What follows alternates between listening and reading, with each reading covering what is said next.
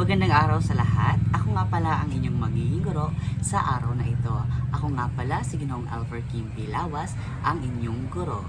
Ngayong araw na ito, ang ating tatalakayin ay tungkol sa pandiwa, puso ng pangungusap. Bago tayo magsisimula, ilalahad ko muna ang ating mga layunin para sa araw na ito. Sa pagtatapos ng araling ito, ang mga mag-aaral ay inaasahang matutukoy ang kahulugan at gamit ng pandiwa sa pangungusap. Pangalawa, matukoy ang mga aspekto ng pandiwa sa pamamagitan ng mga halimbawa. Pangatlo ay makabuo ng sariling pangungusap gamit ang iba't ibang aspekto ng mga pandiwa. Ngayon tayo ay magpapatuloy. Ano nga ba ang pandiwa? Okay, sino dito ang gustong magbasa? Okay, maraming salamat. Ang sabi dito, ang pandiwa ay bahagi ng pananalita na nagsasaad ng kilos, gawa o isang pangyayari. Halimbawa, sino gusto magbigay ng halimbawa kung ano nga ba ang isang pandiwa? Okay, tama. Kumain. Ano pa? Magbasa, maglaro, mag-aral, at marami pang iba. Ang sabi dito, ang pandiwa ay maaaring makita sa tatlong aspeto. Una ay ang perpektibo o naganap na kilos. Halimbawa, kumain ako ng tinapay. Anong ibig sabihin nito? Natapos na siyang kumain ng tinapay. Kasi ang sabi dito is naganap na ang kilos. Kaya gagamitin natin ang kumain bilang pandiwa. Okay, naintindihan ba ang perpektibo? Okay, maraming salamat. Ngayon naman, ang perpektibo o kasalukuyang kilos. Kumakain ako ng tinapay. Ano ang pinapahiwatig ng pangungusap? Ngayon siya kumakain ng tinapay at hindi pa ito natatapos o hindi pa ito gagawin mamaya. Yun ang ibig sabihin ng imperpektibo o kasalukuyang kilos. Ngayon naman, ang kontemplatibo o gagawin pa lang. Halimbawa dito ay kakain ako ng tinapay. Ang ibig sabihin nito ay kakain siya ng tinapay mamaya kasi ang ginagamit natin dito ay kontemplatibo. Ibig sabihin ay gagawin pa lamang mamaya. Kaya ang sabi dito, kakain ako ng tinapay. Okay, ano nga ba ang tatlong aspeto ng pandiwa?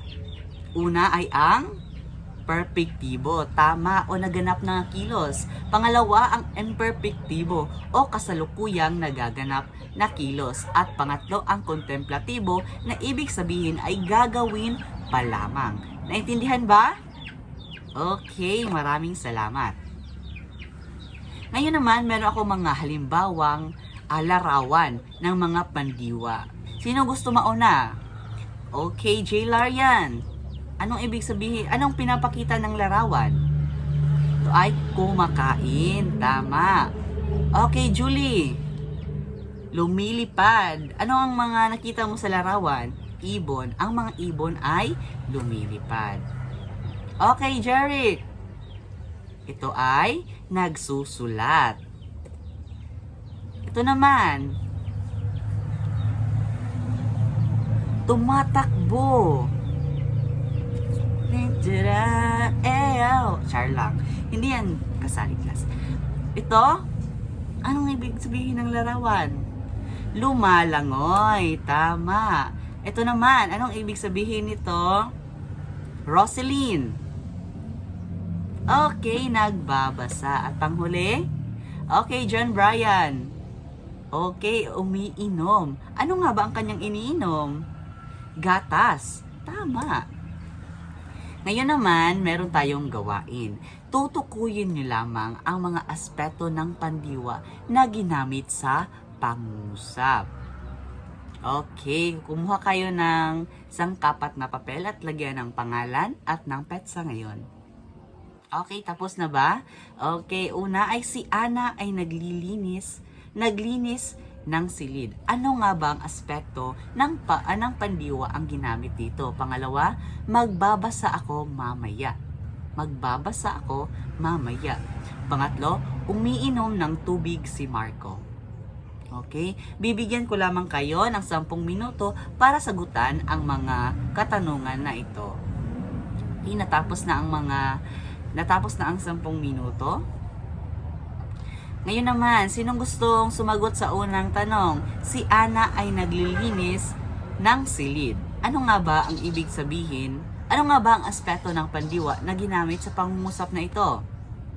Okay, ang ginamit dito ay imperfectibo kasi nga ginagawa pa lamang ang kilos na naglilinis. Tama. Pangalawa, sinong gustong sumagot? Okay, Joel Van. Magbabasa ako mamaya.